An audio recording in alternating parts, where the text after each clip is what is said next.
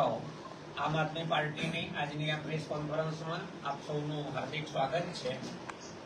અમારા માટે, આપણા સૌના માટે ખૂબ ખુશીનો પ્રસંગ એ છે કે ખેડૂતો માટે પડદાના મુદ્દે સરકાર સામે મજબૂત લડત આપીને 108 દિવસથી વધારે ખેડૂતો માટે જેલમાં ગુજાર્યા પછી આપણા ખેડૂત નેતા માનનીય રાજુભાઈ કરપડા જામીન મુક્ત થઈ અને આપણી સૌની વચ્ચે આજે હાજર છે। આ આખા આંદોલન દરમિયાન, જેલવાસ દરમિયાન જે કંઈ એમના અનુભવો છે અને ખેડૂતો માટે શું શું થઈ શકે એવું હજી છે એની વાત રાજુભાઈ કરપડા કરશે। તો આપણે સૌ રાજુભાઈ કરપડાની વાત સાંભળીશું। આજની આ પ્રેસ વાર્તામાં તમામ પત્રકાર મિત્રોનું હૃદયથી સ્વાગત છે।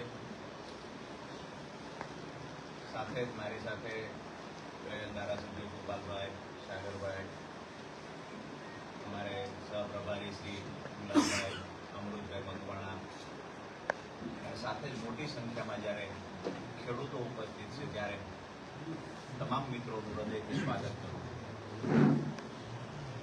આમ તો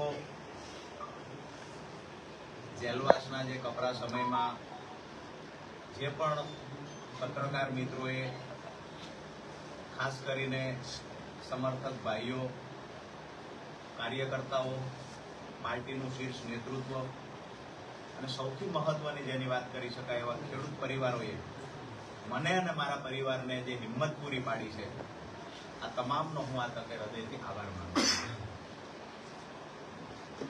10/10/2025ના રોજ જે વર્ષોથી બોટાદ માર્કેટિંગ યાર્ડમાં વેપારીઓ દ્વારા જે ખેડૂતોનું શોષણ થતું એના વિરોધમાં રજૂઆત કરવાના પ્રયત્ન કર્યા। હજારોની સંખ્યામાં ખેડૂતો ઉપસ્થિત રહ્યા। માત્ર મૌખિક બાહેધરી આપી ખેડૂતોને ગુમરાહ કરવાના ક્યાંક ને ક્યાંક એપીએમસીના સત્તાધીશો દ્વારા જે પ્રયત્નો થયા, ખેડૂતોએ લેખિતમાં બાહેધરી માંગી કે ફરી વખત પડદાના બહાને અમારી સાથે છેતરપિંડી ન થાય, આ બાહેધરી જોઈએ છે। પરંતુ આપ સૌ જાણો છો કે 10 તારીખે શરૂઆત થયેલી ગાંધી ચિંધ્યા માર્ગે લડાઈની 12 તારીખે જયારે ખેડૂતો હળદળ ગામે મળ્યા ત્યારે અમુક લોકો દ્વારા ક્યાંક ને ક્યાંક કાર્યક્રમને બગાડવાના પ્રયત્ન થયા। કાર્યક્રમ ખેડૂતો શાંતિથી કરી રહ્યા હતા।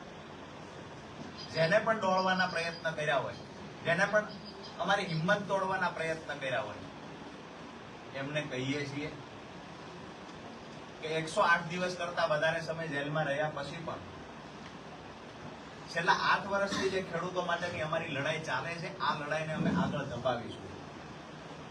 ખેડૂતોના પાક નુકસાનના વળતરની વાત હોય, અતિવૃષ્ટિ અનાવૃષ્ટિના સમયે ખેડૂતોનું વળતર ચૂકવવાની વાત હોય, હાઈ ટેન્શન લાઇનનો પ્રશ્ન હોય, જમીન સંપાદનનો પ્રશ્ન હોય, સિંચાઈના પાણીનો પ્રશ્ન હોય, જ્યારે પણ ખેડૂતોએ અવાજ કર્યો છે અને મદદ માંગી છે ત્યારે અમે ખેડૂતોની સાથે ખંભે ખંભો આપીને ઉભા રહ્યા છીએ। આપ સૌના માધ્યમથી તમામ ગુજરાતના ખેડૂતોને અને મજદૂરોને ખાતરી આપું છું કે આવનાર સમયમાં પણ જે તાકાતથી લડતા એના કરતા બમણી તાકાતથી આવનાર સમયમાં ખેડૂતો માટે લડીશું। મહત્વની વાત એ છે કે જે જેલવાસનો સમય 108 દિવસ કરતા વધારે રહ્યો, તો આ સમયગાળા દરમિયાન આવનાર સમયમાં ખેડૂતોની સુખાકારી માટે શું કરી શકાય, શું રોડમેપ બનાવી શકાય, આ વિચારવાનો સમય મળ્યો છે અને જે સમય મળ્યો તો એનો સદુપયોગ આવનાર સમયમાં જોવા મળશે। આપ સૌનો ખૂબ ખૂબ આભાર। કોઈ પત્રકાર ભાઈઓનો કઈ પ્રશ્ન હોય? પત્રકાર મિત્રોનો આગામી દિવસોમાં શું સમય રણનીતિ રહેશે ખેડૂતો માટે? ખેડૂતો માટે જેમ મેં પહેલા કહ્યું કે જ્યારે પણ ખેડૂતોના જે પ્રશ્ન, મહત્વના પ્રશ્ન ખેડૂતોના જે છે, તો સિંચાઈના પાણીની વાત હોય, હાલ જે હાઈ ટેન્શન લાઈનના પ્રશ્ન ક્યાંક ઉપજતા હોય છે એની વાત હોય, ભૂતકાળમાં પણ છેલ્લા 8 વર્ષથી ખેડૂતો માટે જ્યારે જરૂર પડે છે ત્યારે લડ્યા છીએ, બોલ્યા છીએ અને હું હર હંમેશ કહેતો આવ્યો છું કે ખેડૂત છે મારો પરિવાર છે અને પરિવારને બચાવવા માટે લડવું એ મારું કર્મ છે. હું મારું કર્મ જ્યાં સુધી જીવીશ ત્યાં સુધી કરતો રહીશ. અત્યારે એક ખેડૂતોની જે ખેતીલાયક જમીન છે એ ક્યાંક ને ક્યાંક આ એનર્જી પાવર વાળા અને બીજી કંપનીઓ દ્વારા તેને હડપવાની કોશિશ ગુજરાતમાં થઈ રહી છે. એમાં સુરેન્દ્રનગર જિલ્લામાં પણ હવે લોકો ધીમે ધીમે પગ પેસારો કરી રહ્યા છે. તો આગામી દિવસોમાં એ માટે આમ આદમી પાર્ટી દ્વારા ખેડૂતોના હિત માટે શું કાર્ય કરવામાં આવશે? હાલ પોણા 4 મહિના જેટલો સમય થયો છે હું જેલમાં છું. ગઈકાલે મોડી રાત્રે હું બહાર આવ્યો છું. આપે જે વાત કરી કે ક્યાંક ને ક્યાંક કંપનીઓ દ્વારા ખેડૂતોને દબાવવાના પ્રયત્ન થઈ રહ્યા છે, એની જમીન હડપવાના પ્રયત્ન કર્યા છે. હું આવનાર સમયમાં તમામ બાબતે અભ્યાસ કરીશ અને ભૂતકાળમાં કચ્છ સુધી અને જુનાગઢ સુધી ખેડૂતો માટે લડવા ગયા છે, તો સુરેન્દ્રનગરમાં તો લડશું એની ખાતરી આપીએ છીએ.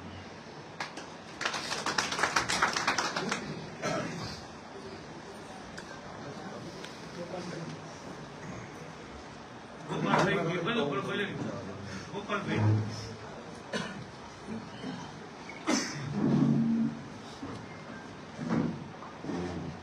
આજે સુરેન્દ્રનગર સર્કિટ હાઉસ ખાતે ઉપસ્થિત સૌ મીડિયા મિત્રોનું સ્વાગત.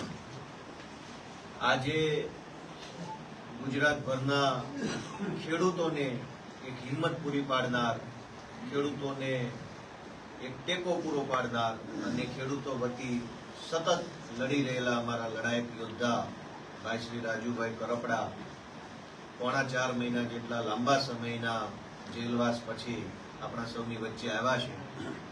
એ બદલ હું એમનું સ્વાગત કરું છું, એમને આવકારું છું. આમ તો જેલમાં જવું એ સમાજમાં સારી બાબત નથી ગણાતી, પરંતુ કોઈ બીજાના માટે સંઘર્ષ કરતા કરતા, બીજાના હક માટે, બીજાને ન્યાય અપાવવા માટે થઈ અને જેલમાં જાય તો સમાજ એ માણસને બિરદાવે છે, સમાજ એ માણસનું સ્વાગત કરે છે અને સમાજ એ માણસને હંમેશા આગળ લઈ જવા માટે મદદ કરે છે. બોટાદની અંદર કડદો થાય છે, વાત એટલા પૂરતી મર્યાદિત નથી. રાજુભાઈએ જેમ જણાવ્યું એમ કે ક્યાંક હાઈ ટેન્શન લાઈનોના નામે ખેડૂતો સાથે અન્યાય થાય છે, ક્યાંક ટેકાના ભાવે જણસની ખરીદી થાય છે, એમાં કટકી થાય છે, ક્યાંક ટાઉન પ્લાનિંગના નામે ખેડૂતોની જમીન પડાવી લેવામાં આવે છે, ક્યાંક સંપાદનના નામે હાઈવેના પ્રોજેક્ટમાં ખેડૂતોની જમીન પચાવી પાડવામાં આવે છે, જમીન માપણીના નામે ખેડૂતો સાથે અન્યાય થયેલો છે. તો અલગ અલગ અનેક મુદ્દાઓમાં ખેડૂતોને નિરંતર અન્યાય થઈ રહ્યો છે. પણ આજ દિવસ સુધી ગુજરાતમાં ખેડૂતોના મુદ્દા ઉપર આક્રમકતાથી અને પૂરી નિષ્ઠાથી લડે એવા આગેવાન ખેડૂતો પાસે ન હતા. પણ જ્યારથી રાજુભાઈ કરપડાએ ખેડૂતોની લડાઈ લડવાનું નેતૃત્વ ઉપાડ્યું છે અને એમની સાથે ખભે ખભો મિલાવી ભાઈ શ્રી પ્રવીણભાઈ રામ, રમેશભાઈ મેર, મહેશભાઈ કોટડિયા જેવા અનેક સામાન્ય ખેડૂત પરિવારમાંથી આવતા વ્યક્તિઓએ ટીમ બનાવી અને ટીમના સ્વરૂપમાં ખેડૂતો વતી લડવાનું ચાલુ કર્યું. ત્યારથી ગુજરાતભરના ખેડૂતોને એક નવી આશા જન્મી, ભરોસો જન્મી અને ખેડૂતો ખૂબ મોટી સંખ્યામાં રાજુભાઈ કરપડા, પ્રવીણભાઈ રામ અને આમ આદમી પાર્ટી સાથે જોડાવા લાગ્યા. અને એનાથી ભાજપના પેટમાં તેલ રેડાયું. રાજુભાઈ ઉપર ખોટી એફઆઈઆરો કરી, 1 થી ન ધરાયા તો 2 એફઆઈઆર ખોટી કરી અને એમને પૂરી યાતના આપવાનું કામ કર્યું.